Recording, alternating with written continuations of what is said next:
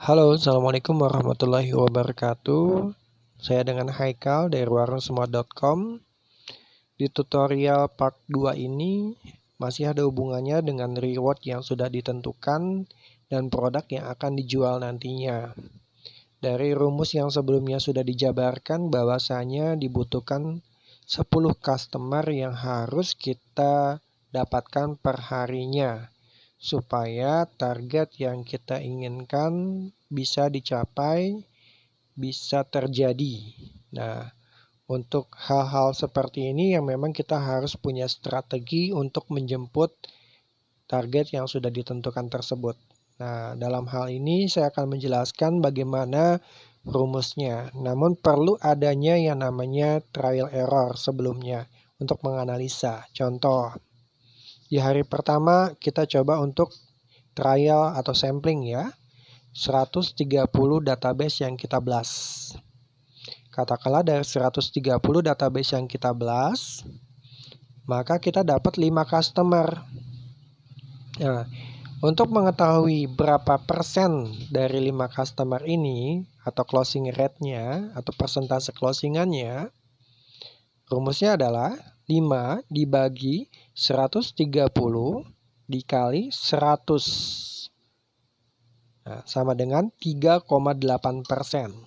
3,8% ini adalah closing rate atau katakanlah persentase closingan. Dari 130 nama ya, dapat 5, maka persentase closing rate-nya adalah 3,8. Nah, untuk membuktikannya kita coba ulang lagi ya. Kita coba ulang. 130 ya dikali 3,8% sama dengan 5 ya. 5 closingan. Jadi 5 closingan persentase closing rate-nya adalah 3,8% dari 130 database yang kita blast. Artinya ketika kita inginkan closingannya 8, maka yang harus kita blast berapa? 8 dibagi 3,8% dikali 100. 8 dibagi 3,8 dikali 100.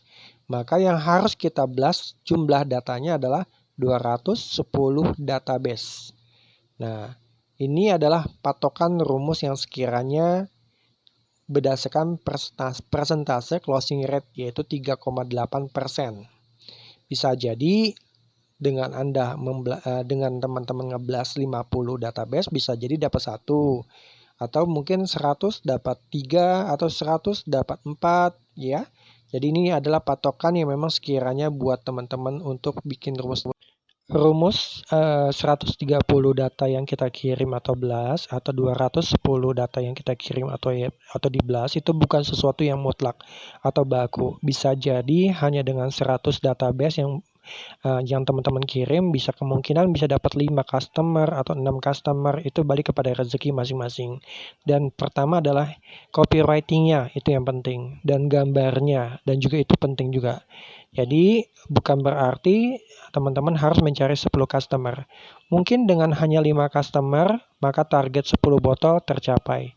Artinya 5 customer masing-masing beli 2 botol madu. Atau dengan 3 customer cukup masing-masing beli 3 atau ada yang 4, kemungkinan target teman-teman 10 botol tercover. Artinya kalau 10 botol, 10 dikali 50, maka keuntungan teman-teman 500.000. Jadi banyak kemungkinan yang memang sekiranya dapat untung ya, bukan berarti ini sesuatu yang mutlak. Tapi ini hanya sebagai referensi kalau kita mau menentukan target, persentasenya berapa sih, maka gambarannya seperti ini. Jadi ini bisa dijadikan referensi tapi bukan sesuatu yang mutlak. Dan target botol bukan berarti target customer.